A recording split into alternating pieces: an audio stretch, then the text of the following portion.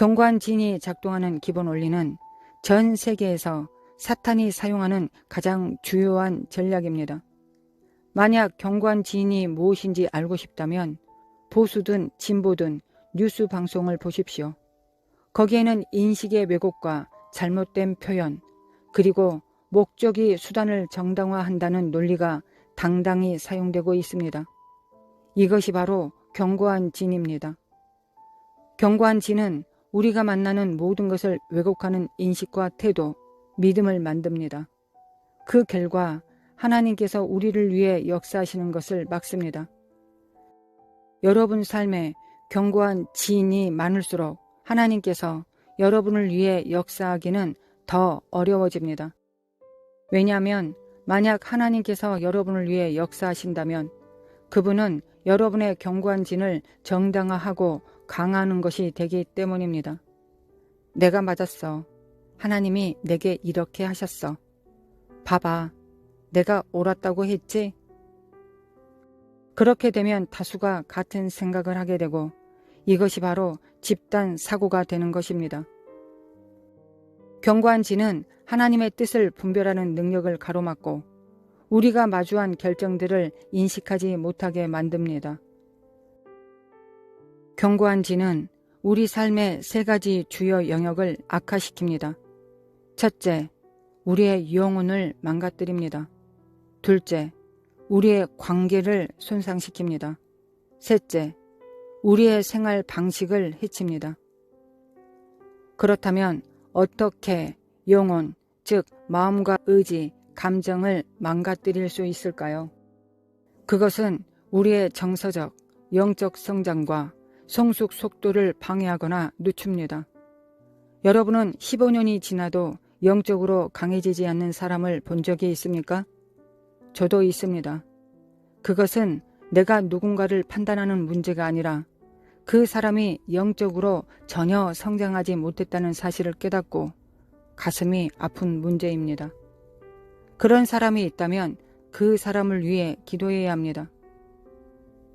제가 아는 많은 사람들이 5년, 10년이 지나도 전혀 달라지지 않거나 오히려 더 나빠진 경우가 많습니다.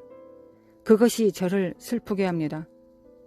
그 원인은 잘못된 인식에 있으며 그것이 성숙 과정을 늦추거나 멈추게 합니다. 견고한 진은 영적인 혼란을 가져옵니다. 이것이 하나님인가? 하나님인 것 같은데 하나님이라고 생각했는데 아닌 것 같다. 이런 혼란과 방향 상실이 옵니다. 결과가 기대했던 것과 달리 잘못될 때 우리는 혼란을 겪게 됩니다. 저 역시 견고한 진에서 나온 결정으로 그런 경험이 있습니다. 특히 젊은 시절에 이것이 하나님 뜻이다 라고 확신했지만 결과는 정반대였고 결국 저의 선택을 신뢰하지 못하게 되었습니다. 이처럼 견고한 진을 다루지 않는다면 너무 자주 잘못된 결과를 낳아 여러분이 올바른 선택을 할 수 있다는 자신감을 잃게 만듭니다. 결국 여러분은 누군가가 대신 결정을 내려주길 바라게 됩니다. 우리나라에서 오랫동안 벌어진 일은 사람이 자신이 내린 결정에 관심을 갖지 않고 무엇을 해야 할지 모르겠다, 충분히 알지 못한다며 누군가가 대신 결정해 주길 바라는 현상입니다. 그래서 우리는 대리인을 선출했고 그들이 대신 결정을 내리게 했습니다. 문제는 대리인들이 우리가 원하던 선택을 하지 않았다는 것입니다. 그들은 자신의 이념에 따라 결정을 내렸고 이제 우리나라 국민들이 깨어나기 시작했습니다. 잠깐만, 내가 생각한 것과 다른 선택들을 하고 있구나 하며 상황을 알아가고 있습니다. 이것이 바로 우리 삶에 견고한 진이 작동하고 있다는 증거입니다. 견고한 진은 나라의 영적 수준을 낮춥니다. 영적 수준은 지도자들이 나오는 근원입니다. 정치 지도자뿐 아니라 모든 지도자들이 그 영적 수준에서 나옵니다. 문제는 보통 지도자들이 영적 수준보다 약 10피트 아래 수준에 머무르게 된다는 것입니다. 만약 영적 수위가 낮으면 낮은 수준의 영적 인식을 가진 지도자들이 나옵니다. 그들은 높은 영적 결정을 하지 못하고 낮은 영적 결정을 하게 됩니다. 영적 수준이 높으면 지도자들은 높은 영적 결정을 내립니다. 하지만 지금 우리나라의 영적 수위는 매우 낮아졌습니다.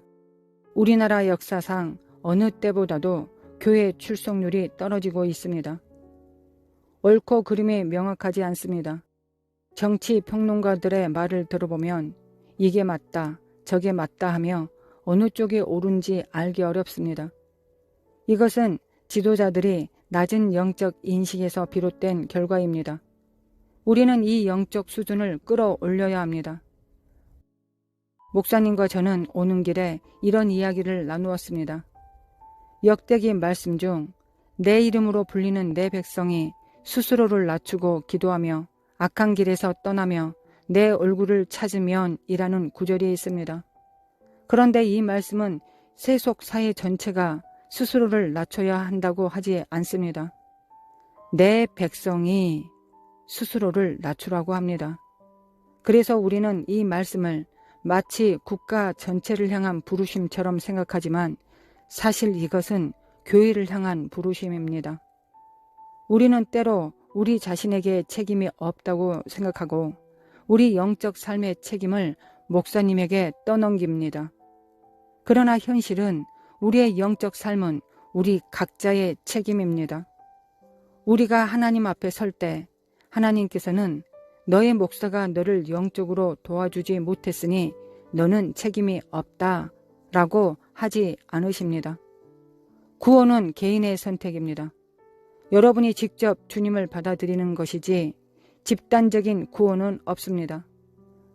그러므로 어떤 지도자도 여러분의 구원에 대해 책임지지 않습니다. 견고한 진은 우리의 시야와 인식을 흐리게 하여 영이나 양심의 소리를 듣지 못하게 합니다. 견고한 진은 우리의 마음을 어둡게 하고 영혼을 가두며 영적 시력을 흐리게 만듭니다. 그 결과 우리는 하나님의 뜻을 분별하지 못하고 심지어 이 땅에서 우리가 어떤 목적을 가지고 사는지조차 믿지 않게 됩니다. 그러나 성경은 말합니다. 우리는 육체를 따라 싸우지 않는다고. 우리의 전쟁 무기는 육체적인 것이 아니라 하나님 안에서 능력 있는 무기입니다. 그 무기로 견고한 진을 무너뜨리고 하나님 아는 것을 대적하는 모든 높은 생각과 주장들을 무너뜨립니다. 그리고 모든 생각을 사로잡아 그리스도께 복종하게 만들고 불순종하는 모든 것을 벌할 준비를 합니다. 이 말씀은 정말 깊은 의미가 담겨 있습니다. 그래서 우리는 도움을 구해야 합니다. 하나님 아버지, 원수 마귀가 우리가 깨닫지 못하게 하는 것을 깨닫게 하시고 우리의 시야를 흐리는 것을 보게 하소서. 주님, 견고한 진들을 무너뜨릴 수 있도록 도와주소서. 우리가 옳다고 주장하는 그 마음의 논쟁들, 때로는 틀렸음에도 불구하고 나는 맞다고 고집하는 그 생각들을 깨뜨리게 하소서. 우리는 육체를 따라 싸우지만 진짜 싸움은 영을 따라 싸워야 함을 깨닫게 하소서. 주님, 우리가 모든 상황에서 주님이 행하시는 일을 분별할 수 있도록 도와주소서. 예수 그리스도의 이름으로 기도합니다. 아멘. 사도 바울은 에베소서 4장에서 우리는 이전의 옛 행실을 벗어버려야 한다고 말씀합니다. 즉, 성장하고 성숙함에 따라 과거에 붙들었던 것들을 놓아야 한다고 말씀하셨습니다. 저의 기도는 이 메시지의 끝까지 우리 각자가 내려놓아야 할 문제들을 깨닫고 오늘 이 아침 이후로는 그것들을 더 이상 짊어지지 않는 삶을 시작하는 것입니다.